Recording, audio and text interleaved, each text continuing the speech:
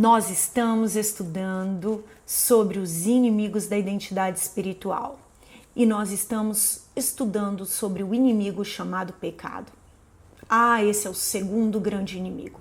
Primeiro, a ignorância, porque a ignorância não nos deixa nem saber que estamos no pecado. O segundo inimigo, o pecado, a origem dele.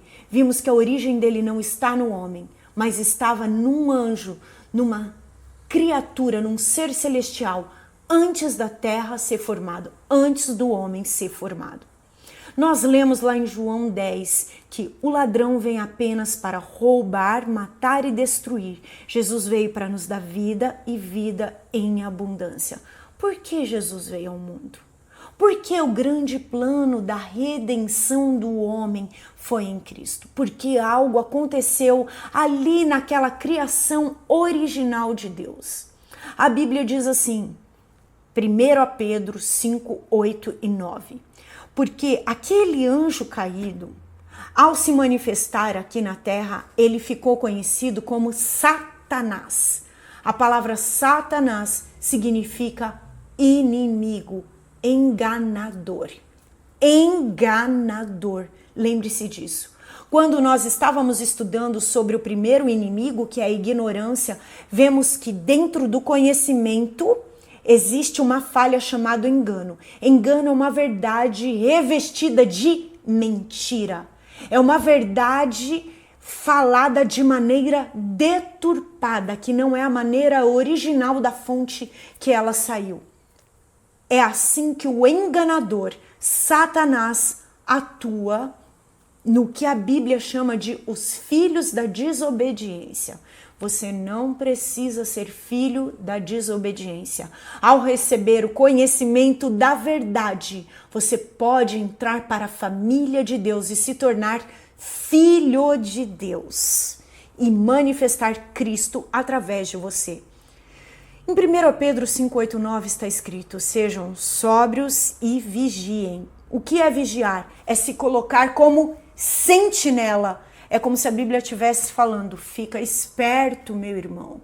Fique esperto, você, ser humano. O diabo é o inimigo de vocês e ele anda ao redor. Ele não é um leão, ele anda como um leão. Você já foi em algum zoológico e viu o leão andando de um lado para o outro? Viu um leão andando de lado para o outro?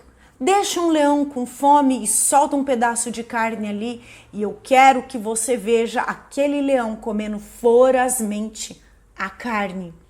Repete comigo, comendo vorazmente a carne. Então a Bíblia dá essa analogia por meio de Pedro, rugindo e procurando a quem possa devorar. Satanás quer devorar alguém. Como um leão devora a carne. Resistam-lhe. Permaneçam firmes na fé. Olha a palavra permanecer firme novamente aí. Por meio de uns dos discípulos de Jesus. Sabendo que os irmãos de vocês têm em todo o mundo, que vocês têm em todo o mundo, estão passando pelos mesmos sofrimentos, pelas mesmas aflições. Deixa eu fazer uma pausa e te falar. Jesus disse em João 16, no mundo vocês vão ter aflições. Estou falando isso para que vocês tenham bom ânimo. Eu venci o mundo. Olhem para mim, permaneçam em mim, vocês vão vencer também. Então calma, tem como vencer o pecado? Sim. Meli, mas são muitos, parece que toda a minha vida, quando eu ler a relação que a Bíblia dá de pecados, alguns que nós vamos ler aqui, você vai falar, Meli, eu estou inundada em pecado. Para cada um deles, a exposição da verdade vai te purificar e te tirar deste cativeiro. Por isso que estudamos sobre o conhecimento antes de estudar sobre o pecado. Porque ao conhecer o pecado, a própria verdade da Bíblia vai te tirar de lá. Creia. Quem está agora nos ajudando a ter essa aula? A oração inicial de todos os módulos. O teu pensamento é iluminado Pelo Espírito Santo. Ele é o mestre que te ensina e ele é o mestre que atua em mim para ensinar. Então existe um poder para você receber o conhecimento e para eu expor o conhecimento. O Espírito Santo não só nos ensina toda a verdade, que é aquela unção verdadeira que lemos em 1 João, como ele vai te convencer aí onde você está, a respeito do pecado, da justiça e do juízo. Então, não se atemorize ao estudar sobre o pecado, que Satanás está ao nosso derredor. Mas a Bíblia fala que os anjos acampam-se ao redor dos justos e de tudo os livra. Olha, quando você está comprometido em viver a verdade, antes de estar ao seu derredor, existe uma força protetora vinda do céu, mais pertinho de você. Quem? Os anjos. Eu não posso vê-los, mas eles estão. Satanás vai atuar ao seu derredor com o pecado. Então ele vai lançar na tua mente, nos teus olhos, muitas coisas que instigam a nossa carne. Você lembra que o homem foi criado corpo, alma e espírito? No corpo, eu tenho um pedacinho do meu corpo chamado carne. E é por meio da carne que eu sinto, eu percebo as coisas. É na carne que atua em mim a força do pecado, chamado concupiscência. Concupiscência é um forte desejo para alguma coisa, é uma atenção desenfreada para alguma coisa que me faz querer obter, que me faz querer consumir aquilo. Seja imoralidade sexual, seja um vício químico, seja dinheiro, seja coisas, seja consumir coisas por consumir. A concupiscência da carne é na carne que atua esse forte desejo. E como eu anulo esse forte desejo? Andando no Espírito. Mas eu só vou saber que o forte desejo está em atuação em mim ao conhecer o pecado, os seus efeitos, a sua legalidade. Para dessa forma eu falar, não, eu não quero mais isso. Lembra que nós, no outro módulo, nós estudamos que Deus fez uma promessa para nós em Isaías 54, que a gente tem o direito de refutar toda palavra que foi liberada contra nós? Mas veja o que diz em Isaías 54, 16. Veja, fui eu quem criou o ferreiro que sopra as brasas até darem chama e forja uma arma. E também fui eu quem criou o destruidor que gera o caos. Para gerar o caos. Quem foi que criou aquele guardião que ao ser expulso do jardim foi consumido num fogo consumidor e foi expulso e veio para a terra? Foi Deus que criou aquele devorador, aquele destruidor, que a natureza dele é só destruir. Só que a natureza dele de destruição, nós temos um direito. Essa é a herança dos filhos do Senhor, em Isaías 54, 17. Nenhuma arma forjada feita pelo ferreiro vai destruir você. E você refutará toda língua que a acusar ou que tentar te enganar. Veja o que significa destruir. O pecado, quando ele tem legalidade em você, ele faz o propósito dele de destruição. O pecado, Satanás aguça o pecado em você. Ao você praticar o pecado, ele só vai ter este propósito. A natureza, ao invés da vida abundante, que é a natureza de Deus operando em você, a natureza do diabo operando em você. O destruidor, o que ele faz? Ele vem demolir, arruinar. Arruinar no sentido de destruir o que foi construído. Lembra, Deus criou o homem corpo, alma e espírito, a imagem dele criou.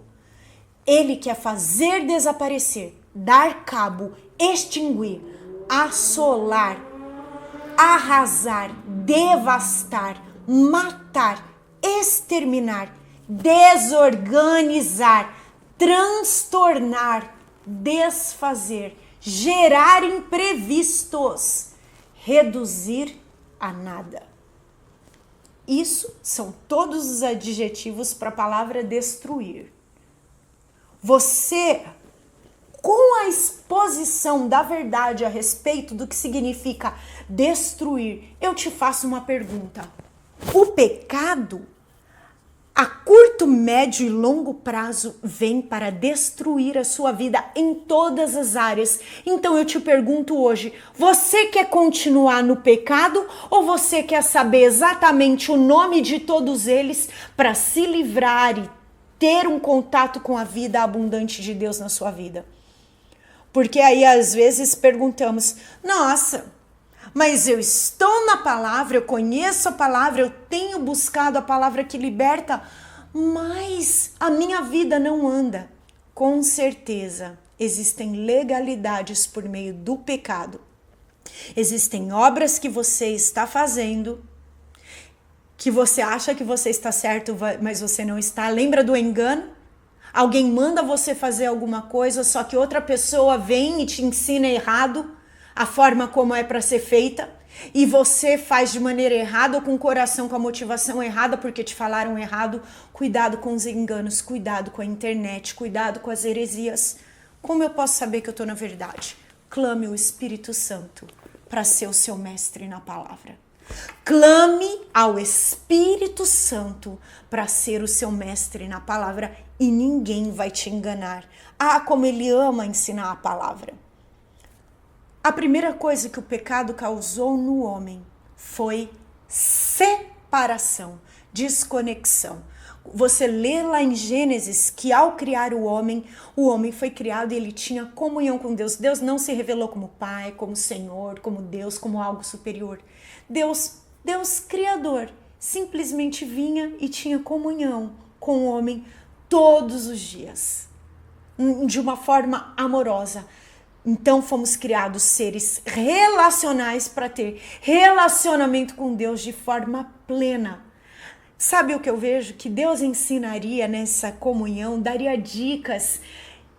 Ele falaria como o homem deveria governar a terra. Deus falaria de maneira paterna, amorosa, amigável e relacional, como o homem poderia fazer aquilo da melhor maneira possível e produzir vida em todo aquele jardim que foi criado para cultivo. Só que não deu tempo. No meio da criação, depois de nomear todas as coisas, o homem caiu no conto do vigário, na fala enganosa da serpente. Veja, Adão, Gênesis 3, do 20 ao 24, Isaías 59, 2. Nós vamos ler que o pecado é a desconexão com o Espírito de Deus, com a luz de Deus. Adão deu à sua mulher o nome de Eva, pois ela seria a mãe de toda a humanidade. O Senhor Deus fez roupas de pele e com elas vestiu Adão e sua mulher. Então disse o Senhor Deus: agora o homem se tornou como um de nós, conhecendo o bem e o mal. Não se deve, pois, permitir que ele tome do fruto da árvore da vida e o coma, e viva para sempre. Por isso o Senhor Deus o mandou embora do jardim do Éden. Deus mandou Adão embora para cultivar o solo do qual fora tirado. Depois de expulsar o homem, colocou a leste do jardim do Éden querubins e uma espada flamejante que se movia, guardando o caminho para a árvore da vida. Você vai falar, ai, como Deus era mau. Olha o engano, Deus não era mau. O homem comeu de uma das árvores que estava no centro do jardim. Vamos ler Isaías 59, 2. Mas as suas maldades separam você do seu Deus. Os seus pecados esconderam de vocês o rosto dele. E por isso ele não os ouvirá. O que me separa da face de Deus? O que me separa de uma comunhão mais profunda com Deus? Meu pecado. Equívocos que estão em mim que me separam de Deus. Algumas ações, algumas manifestações da minha carne, algumas satisfações da minha carne que ao satisfazê-la, alguns desejos que ao serem satisfeitos, me impedem de ouvir, de ver e de ter um contato com o Espírito de Deus e de ter experiências com o céu. E como isso atua, como isso acontece? O pecado, Satanás só pode atuar em você por meio de legalidade.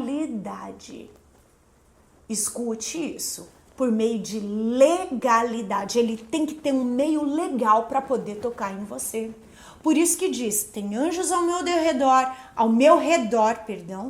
tem anjos ao meu redor e Satanás está ao meu derredor. Eu sou bem mais protegida. Os anjos estão ao redor de quem? De todas as pessoas? Não, de quem teme ao Senhor. Quem é que teme ao Senhor? Quem guarda os seus mandamentos.